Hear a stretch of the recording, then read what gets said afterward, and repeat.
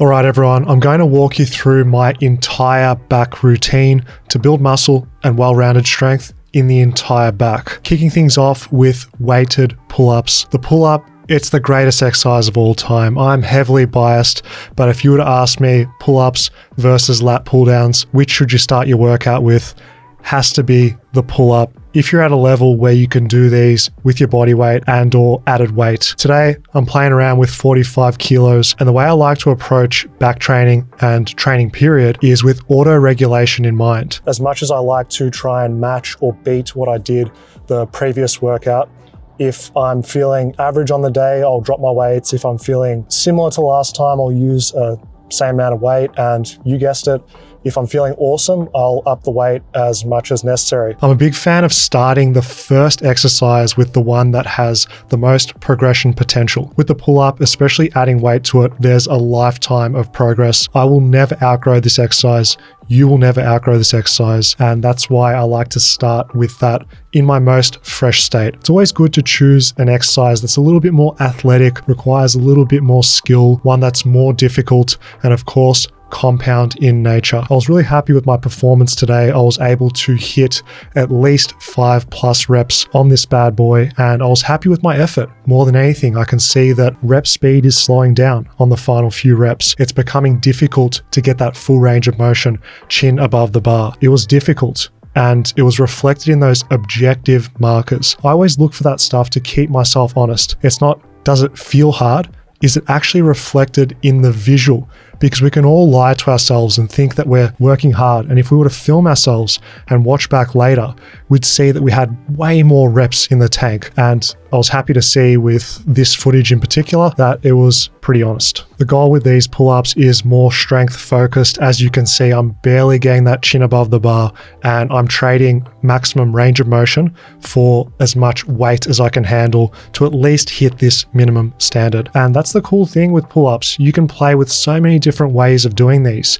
You can use lighter weights or your body weight and try and get your chest to the bar, or you can go heavy and do more of this like ego lifting style that I'm rocking here today, where it's just that minimum standard, chin above the bar. Get into that gorilla type of mindset of just hoisting heavy ass weights, especially on this strength stuff. As long as if you're using safe technique, decent control, it doesn't beat up your body in any way, that's awesome. And I really like to start these pull-ups on back day to get that maximum aggression and really try and beat my previous effort, or at the very least, give my best that I can on the day with that reflected in my effort relative to failure. If you finished your third set and you feel that legitimate fatigue, that's a really good sign that you're bringing it for the day, and that's what we want. We want that consistent effort, and that'll compound over time. You're not going to set a PR every single workout. You're going to plateau on your pull-up performance for a long time, but it's the intention of that effort. It's that day-to-day grind. It's the similar numbers, still pushing yourself with that effort. That's the stuff that really adds up and improves your pull-ups over time. A pro tip for your pull-ups, especially for lower rep ranges, don't be afraid of doing a little bit of rest pause or myo rep style training. You can do your first 4 or 5 reps continuously. And if you're trying to hit 7 or 8 reps, you can rest momentarily in the hang, smash out another rep, pause, breathe, compose yourself, get aggressive, finish that next rep. Rest. That's how you eke out those final few reps. And those ones are arguably the most important when it comes to beating your previous efforts and raising your pull-up performance. The people make a mistake of thinking they have to get a pump for their back workouts to be effective are the ones that often stay small, and the ones that lift heavy in low rep ranges, in moderate rep ranges on their exercises do get those results. Moving on to chest supported rows, and with this exercise, I'm sick and tired of being plateaued on the same weight for a while now. For a few months, I've been using 35s and 37.5 kilos. Today, I'm like YOLO, I'm upping the weight. I want to hoist some heavy ass weights. I want to horse cock these weights, as Eric Bugenhagen says. I put the weight up to 40 kilos. And I'm happy overall with how these felt. I had a good mind-muscle connection. I had good range of motion for most of the set, and I felt in control of the weights. Doing chest support on this day, not because it's better or worse than doing standing rows or bent over barbell rows.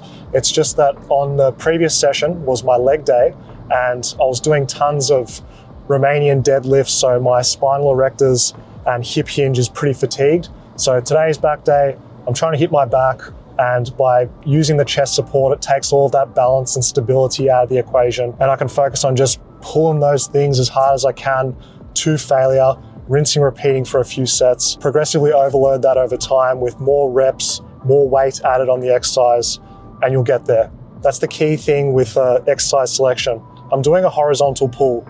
I could be doing a machine. I could be using a barbell. I could be doing bodyweight exercise. This is just what I'm choosing on this particular day, and sticking to it for a good 6 weeks, getting some strength acquisition, getting better at the actual exercise, being able to push myself further in a hypertrophy rep range has been really rewarding with this. So you've got to be patient with your exercise selection. You can't just change every single workout what you do, especially when it comes to your compound movements. And I just want to convey the importance of these horizontal rows, because I know many people don't put enough effort into them, or they skip them entirely. And if that's the case, you're just going to be missing some things that you're not going to get from just doing your vertical pull-ups. So don't skip those rows. You'll also notice that I'm not using straps, and this is just to work on my forearms a little bit more. I found that when I was over relying on straps on back day, I got weak as a kitten. My grip strength started to suffer severely because I was strapping up for everything, and I was using that as a compensation to lift more weight on back, but then I was becoming less well-rounded because my grip strength started to suffer. So I know that if I can grip it, I can control it.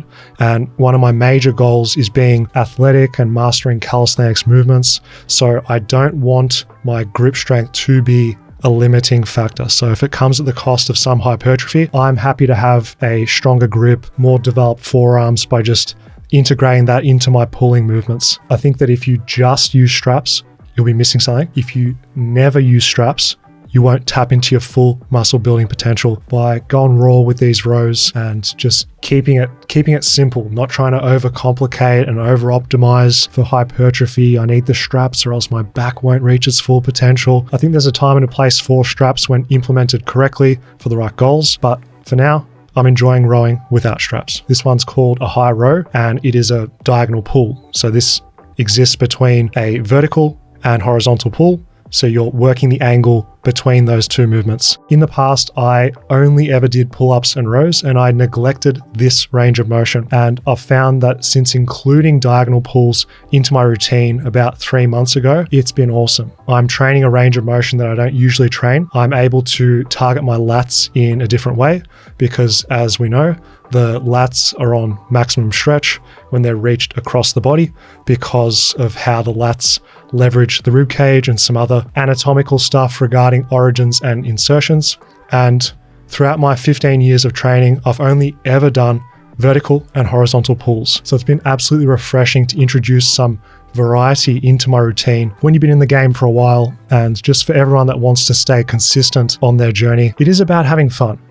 You got to do things that are different, challenge your body in different ways, and that's how you're going to unlock your full potential. Introducing machines into the later part of my workout has been an absolute game changer. There is so much merit to this. The bodybuilding bros were right all along. In this case, I'm pretty tired. I don't want to start balancing and all this stability because my back and my body is tired, but I've still got more to give. I can still train my muscles hard. This is where the machine comes in to complete a routine. And you don't need this high row machine because a diagonal pull comes in different exercise variety. You can do dumbbell pullovers if you've got minimal equipment at home because you'll still be training that movement pattern and overloading your lats in that way. If you want a pretty similar single arm diagonal pull, you can always do a one arm lat pull down. Same range of motion, same movement pattern, same muscles worked. Alternatively, you can do something like a cable lat prayer, which is awesome as well. There's just many ways to attack this movement pattern. So if you see me doing this exercise and you're thinking, okay, my gym or I don't have this at home to be able to do this exercise, you can still train this movement. And that's something that we need to understand. Once we learn about exercise, we have so much agency over our routine. Now that you understand what a diagonal pull is and the value from an aesthetic and strength perspective, you could use this machine. You could do a dumbbell pullover. You can do a cable pullover. and you'll get a well-rounded back. But if we want to actualize our muscle building potential, reach that natty limit, we've got to dig deep, we've got to get uncomfortable, we need to push on when our body's telling us to stop, within reason, of course. I really do enjoy the mental training aspect of using machines because I don't have to think about balance and skill and technique. I can just grip and rip, and I can keep going as much as I want. If I want to go to failure or beyond failure, that is completely up to me. I know that I'll be able to do that in a safe way, and it is a really honest way of looking at your level of effort. And that is the cool part about machines. It's something that you can't tap into as voluntarily with free weights. Like certain exercise with free weights on a barbell row, you're just going to get tired, and the skill component of it is really hard to concentrate if we're being brutally honest. Compare it to this machine, I can just keep pulling. There's not much going through my mind. I enter meathead Danny mode when I'm on this high row machine, and that's cool. Not having to think about it allows me to just get into that controlled aggressive mindset in order to exhaust my muscles, and that's the goal. Finishing off with everyone's favorite, some biceps, some curls for the girls. Doing easy curl, love it because I can use heavy weights.